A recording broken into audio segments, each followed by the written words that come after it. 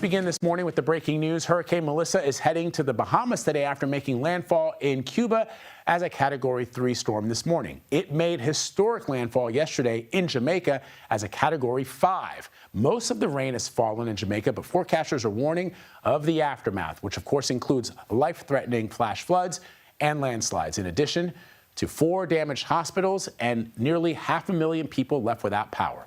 Earlier on CBS Mornings, we spoke to Jamaica's Minister of Water, Environment and Climate Change. He was just 75 miles from where the hurricane made landfall yesterday. Listen.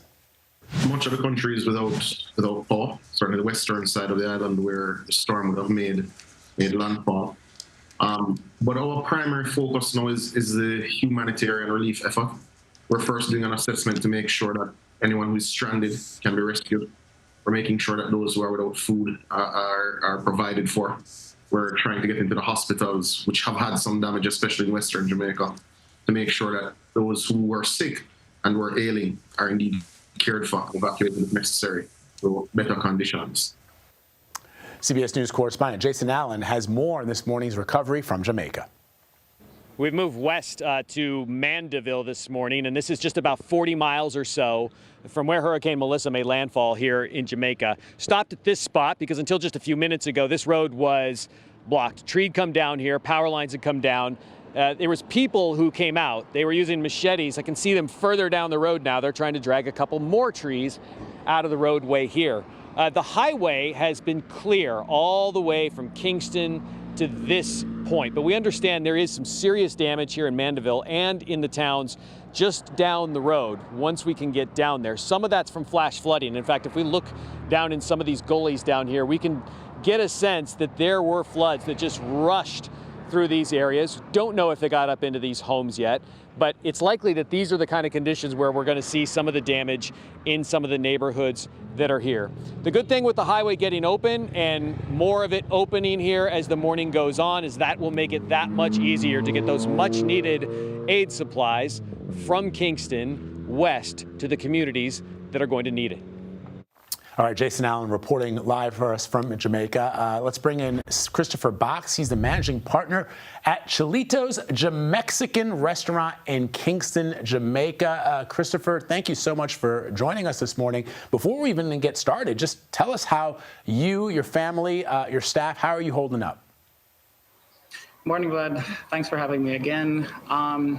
Wow, well, I would say this morning was a mixed bag. It was feelings of relief for, I think, a lot of people in Kingston, but also juxtaposed with feelings of horror just with the videos that's coming up from everywhere else in the island. I'm okay, my family's okay. We're checking in on our team members right now, and everyone seems to be okay. Minimal damage so far. And so, again, that mix of relief for us here in Kingston, but also evolving feelings of horror with what's happening with the rest of the country.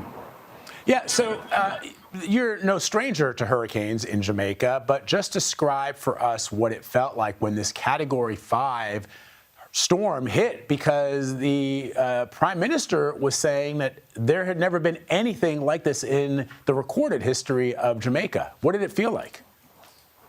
Yeah, we definitely felt the unprecedented nature of it. That came through loud and clear. So there's a lot of anticipation because this storm moves so slowly, and it felt quite strange. It also intensified so rapidly.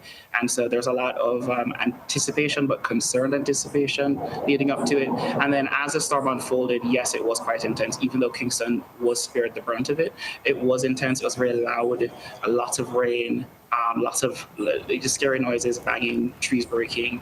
And then as it started to pass, we started in Kingston, started to feel a bit of relief. But then those of us with a little bit of data started to see what was really happening in the other sides of the island, as I said. And so in the storm, you're feeling relief for your own self and your home, and you're hoping the best for your businesses. But, you're seeing what's happening in the rest of the country, and the horror starts unfolding as to how serious, how significant, how life-changing this is. So having covered many natural disasters from hurricanes to earthquakes, I know one of the things once a storm or things settle down is people need food, they need water. Do you have electricity? And are you able to even get the restaurant back up and running so that in case people who weren't too adversely affected can find a hot meal? Yeah, absolutely. I mean, it's our goal to open for tomorrow. We have been, and not just Chilitos, but here in Kingston have been spared the brunt of it. So we actually haven't gone without power on Hope Road, where the restaurant is located. I know a lot of other places in Kingston still have electricity right now, still have running water right now. That cannot be the same for other parts of the country, especially St. Elizabeth, St. James, Montego Bay, as I think you covered before, Mandeville. So we're aiming to open tomorrow as long as our team is safe and can safely get here. And we hope to be able to start serving our guests in our community again. But as I said, it is a mixed bag. It does feel quite strange that we are able to do this, but then other parts of the country is still uncertain as to what's really going to happen there. Yeah, well, Christopher, I'm glad you guys are okay, glad your family is okay. And it would behoove us to stay in touch with our producers, because tomorrow, if you do get some people in there, it would be great to talk to some of them and to you as well as to how things are looking 48 hours after the storm. Christopher Boxe, thank you very much. Appreciate you. All right, appreciate it. Thank you. Thanks. All right, let's bring in CBS News Philadelphia meteorologist Andrew Kozak with the first look at the national forecast. Andrew, you heard there, we were talking about this yesterday, Christopher saying that the intensity, but also how long it lingered over the island was what was most frightening. Yeah, Vlad, a lot of times these storms will speed up 20, 30 miles per hour. We could see that at max. And, a lot of times even 15 is a decent speed. But, of course, we've had this going so slow at some points, only about 5 to 10 miles per hour. And before that, when it was lingering just south of Jamaica, we were talking about 1 to 3 mile per hour movement. I'm standing right now on top of Cuba. The storm itself is starting to leave Cuba now as a Category 2 hurricane, move a little bit back, and we have the Bahamas. That's going to be the next target for Melissa as it continues to move over some warmer water, leaving Cuba. We may even see a little bit of strengthening. Let's bring you the latest stats right now on Melissa, because we are still looking at winds sustained at 105 miles per hour, 140 mile per hour gusts as a Category 2 at this point.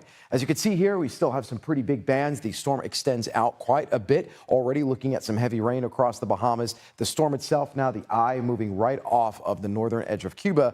Second most populated city in Cuba, by the way, getting winds over 100 miles per hour. We're going to come back in a couple of minutes. I'm going to take you through the track of this, Bahamas, and then out to sea. It may affect a few other places, not the United States, Vlad, but we certainly are still going to see Melissa sticking in our forecast for a while, at least through the end of the weekend.